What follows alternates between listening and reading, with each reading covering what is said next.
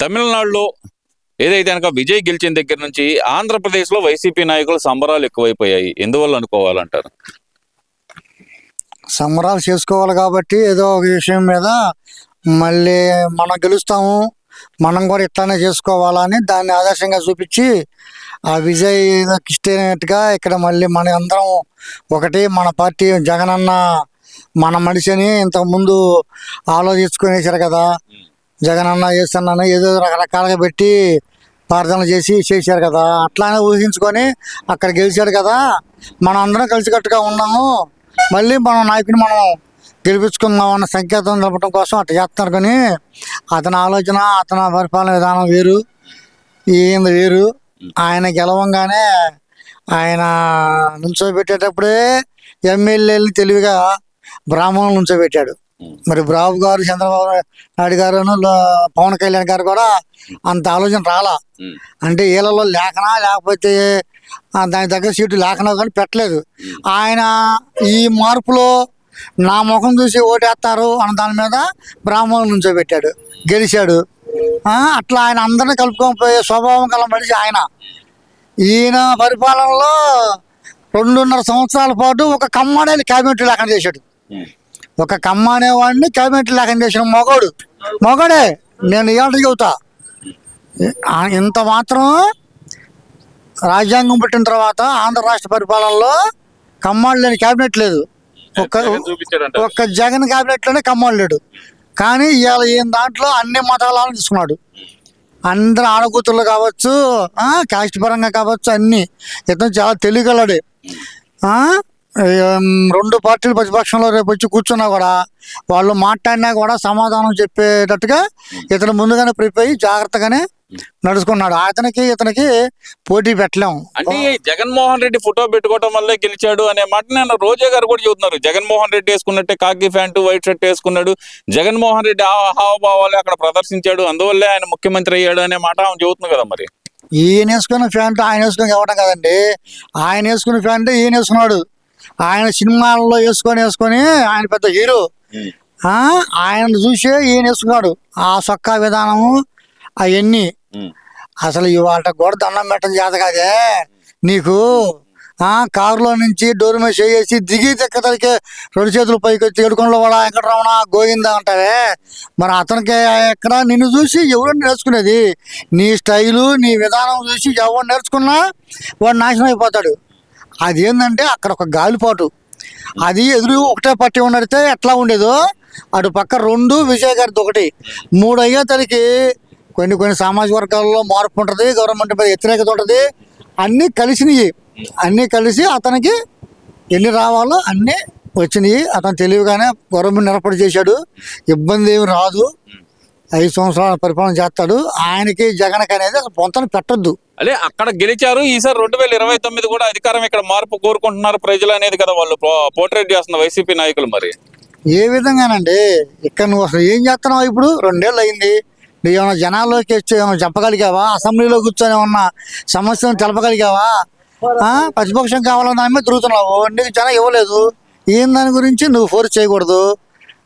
అసలు నీకు వచ్చే అర్హత లేదు, ఆయన రాలేడు, గెలుస్తాం అనుకుంటున్నాడు. కానీ ఆ ఏళ్ళకి ఈయన ఉండకూడని తవలో ఉంటాడు.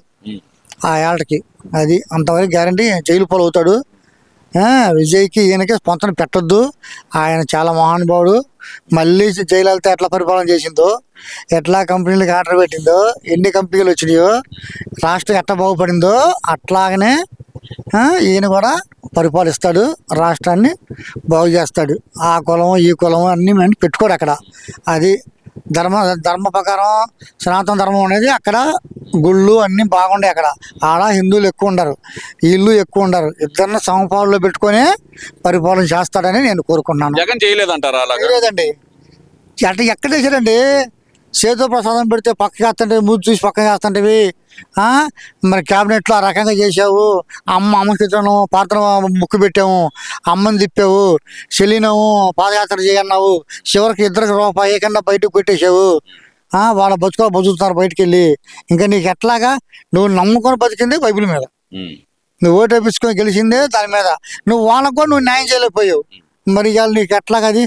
ఇతని దగ్గర అన్ని కులాలని అన్ని మతాలని కలుపుకొని పోయే స్వభావం లేదండి. అది ఎక్కడ దాకా ఎందుకండి?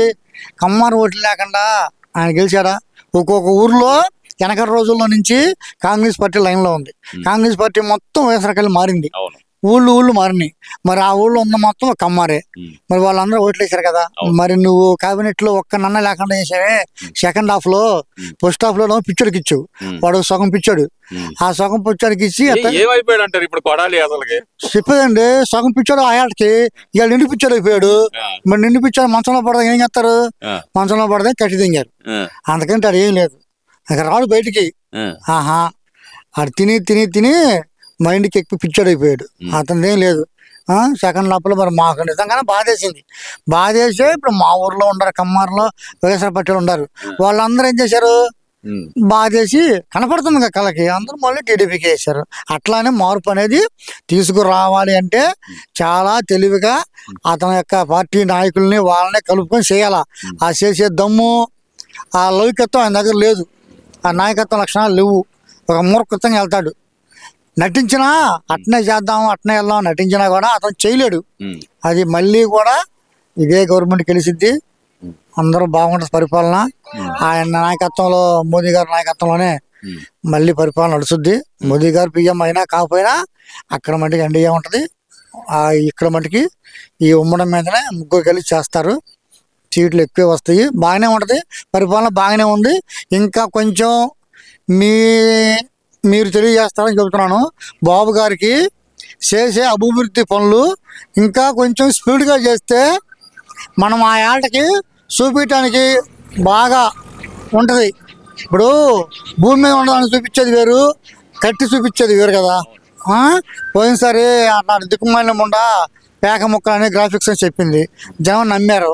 అట్లానే మనం ఇన్ని వేల కోట్లు లక్షల కోట్లు ఖర్చు పెట్టి కూడా ఇబ్బంది పడకుండా ఎక్కువగా చేసి స్పీడ్గా ఒక 6 నెలలు మనగానే మొత్తం చూపించాలా. ఇదిగో నేను ఇది కట్టాను, నేను ఇది చేశాను అంటే బాగుంటుందని మేము కోరుకుంటున్నామండి. ఇదంతా ఒకేత అనుకుంటే కనుక మొన్నటి వరకు ఎంతమంది అయినా కలిసి రండి, మీరు మా వెంట్రుకు కూడా పేకలేరని మాట్లాడిన ఇదే వైసీపీ నాయకులు ఈ రోజు దమ్ముంటే పవన్ కళ్యాణ్ గారిని ఒంటరిగా పోటీ చేయండి అని చెప్పి సవాళ్ళు చేసే పరిస్థితి ఎందుకు వచ్చిందంటారు? ఒంటరిగా పోటీ చేస్తే ఏమైందండి? ఒంటరిగా పోటీ చేయబోతుందంటే ఆయన ఉద్దేశం ఏంటంటే బీజేపీ వాళ్ళకి టీడీపీ వాళ్ళ ఓట్లు పవన్ కళ్యాణ్కి వేస్తున్నారు, పవన్ కళ్యాణ్ ఓట్లు వాళ్ళకి వేసుకున్నారు. ఒక్కడే దిగితే 3 అవుతాయి కాబట్టి ఒక్క సీటు కూడా రాదనుకుంటున్నాడు ఇతను. ఇప్పుడు నువ్వు కూడా బీజేపీతో పాటు పొత్తు కలిసి పరిపాలన చేసావు. అది కూడా పొత్తు లెక్కలకు వచ్చింది. ఏడా పొత్తు కలిపింది రాష్ట్రం బాగు కోసం ఆయన కలిశాడు పవన్ కళ్యాణ్ గారు. అట్లానే రాష్ట్రం బాగుపడుతుంది. అన్ని సీట్లు వచ్చినాయి. సింగిల్ అంటే నువ్వు సింగిల్గా గెలిచి నువ్వు ఏం పీకావు? అన్ని సీట్లు సంపాదించుకున్నావు, వేశారు. నీ పరిపాలన విధానం బాగలేదు. మరి కేంద్రంలో కలిసావు, ఏమైనా డబ్బులు తెచ్చావా? ఏమి లేదు, పిసుకుంటా వచ్చావు. అది తప్పండి. ఆయనకి విధానం తెలియదండి. ఇవన్నీ బడాయి మాటలు చెప్పటానికే. సింగిల్గా ఉన్నాము మేము, పెద్ద పులిమి, మా వాడు పులి అంటాడు. మా వాడు పులి అంటే వీళ్ళు అమ్మబోయిందా లేకపోతే పులి ఇంటికి వచ్చిందండి. ఊరగా బడాయి మాటలు బొమ్మలకే. ఇవన్నీ తప్పు మాటలు. కానీ పరిపాలన అన్నాక పరిపాలన చేసే విధానం నేర్చుకోవాలి ఫస్ట్. ఆ విధానం పశ్చిమ బెంగాల్లో ఉదాహరణ తీసుకోండి. అన్నాళ్ళు పరిపాలన చేస్తే ఆమె మరి కంటిన్యూగా చేయాల్సిన మనిషి దేశాన్ని నాశనం చేసింది. సొరబాటు ధరలు తీసుకొచ్చి రాష్ట్రంలో కూర్చోబెట్టుకొని దేశం మీద వదిలింది. అందుకని చెప్పి అందరూ తెలుసుకొని దానికి తగ్గట్టు చేశారు. అక్కడ బీజేపీ గెలిచింది, దేశం బాగుపడుద్ది. అట్లాగనే ప్రతి ఒక్కళ్ళు అంత పిచ్చి తరాగా ఎవరు లేరు. జగన్ చెప్పే మాటలు విని ఓట్లు వేయటానికి కానీ, జగన్ పరిపాలన బాగుందని చెప్పి నమ్మేవాళ్ళు కానీ ఎవరు లేరు. కూటమి గవర్నమెంట్ బాగుంది, పరిపాలన బాగానే చేస్తుంది. ఇంకా కొంచెం 3వ గేర్లో వేసి కొడితే ఇంకా కొంచెం బాగుంటుందని కోరుకుంటున్నాం. లేదు, అసలు మీరు అంటున్నారు కదా అభివృద్ధి అనేది అమరావతి కేంద్రంగానే దోపిడీకి చంద్రబాబు నాయుడు మాస్టర్ ప్లాన్ వేశారు. లక్షల కోట్ల దోపిడీ జరుగుతుంది, ప్రజాధనం అనే మాట జగన్మోహన్ రెడ్డి కానీ వైసీపీ నాయకులు కానీ చెప్తున్న మాట. లక్షల కోట్లు దోసుకున్న వాడైతే మొన్న అమరావతిని ఇంకా పెంచాలని చూశాడు. జనం కొంచెం ఆలోచించారు, ఇద్దాం వద్దా అని మీటింగ్లు పెట్టారు. ఇంకా ఎక్కువ ఫోర్స్ చేసి వాళ్ళ మాయ మాటలు చెప్పి చూసుకునేవాడే. సరే ఆలోచిద్దామని చెప్పి దాన్ని ఆపేశాడు. బ్రేక్ చేసి 5 నెలలు అమరావతిని చట్టబద్ధత చేశాడు అవును. పార్లమెంట్లో. చట్టబద్ధత చేసిన తర్వాత 5వ రోజే మళ్ళీ పెద్ద పరిమాణంలోనూ ఆ పక్కన గ్రామాలలో ఎవరైతే కలపమని చెప్పారో ఎవరినైతే వాళ్ళందరూ ముందుకు వచ్చి మేము కలుపుతామని చెప్పి నిన్న మొన్న అందరూ కలుపుతున్నారు. అందుకు అభివృద్ధి కోసం అయ్యి చట్టబద్ధత అనేది ఉంది, మనకి ఇబ్బంది లేదు. బాబు గారి పరిపాలనలో రాజధాని ఊపందుకుంది, మనకి విలువ ఉంటుందని చెప్పి ముందుకు వచ్చారు. అట్లా ఆయన నమ్మించాడు. నువ్వు అటు నమ్మిలేకపోయావు, జనాన్ని రాజధాని కట్టలేకపోయావు. బాబు గారు ఏది చేస్తే జనం నమ్ముతారా అనే పని ఆలోచించి చేసే జనాల్లోకి వెళ్ళాడు. ఏం దోసుకునేవాడైతే చట్టబద్ధత అవుతుందో తెలిసినప్పుడు ఈ చుట్టుపక్కల గ్రామాల్లో ఎంత భూమి కొనుక్కోవచ్చు. బాబు గారు గెలిచిన తర్వాత ఒక ఊపు పెరిగింది. ఆ పెరగటం మళ్ళీ ఇయ్యాలటకు కూడా ఆ గజం ఆ 40,000, 30,000, 50,000 తప్పితే మళ్ళీ రూపాయి లేదు. ఏది ఈ 2 సంవత్సరాల నుంచి. మరి మోసం అంటే అది పెరుగుతా ఆగం చేసుకుంటా పోతే అది మోసం చేయటం. అంటే గజాలు పెంచుకుంటా పోతే రేట్లు ఇబ్బంది పడతారు. బాబు గారు చాలా తెలివిగానే చేశాడు, చేస్తున్నాడు. ఇబ్బంది లేదండి, ఎవరికి నష్టం లేదు, అందరూ బాగానే ఉన్నారు.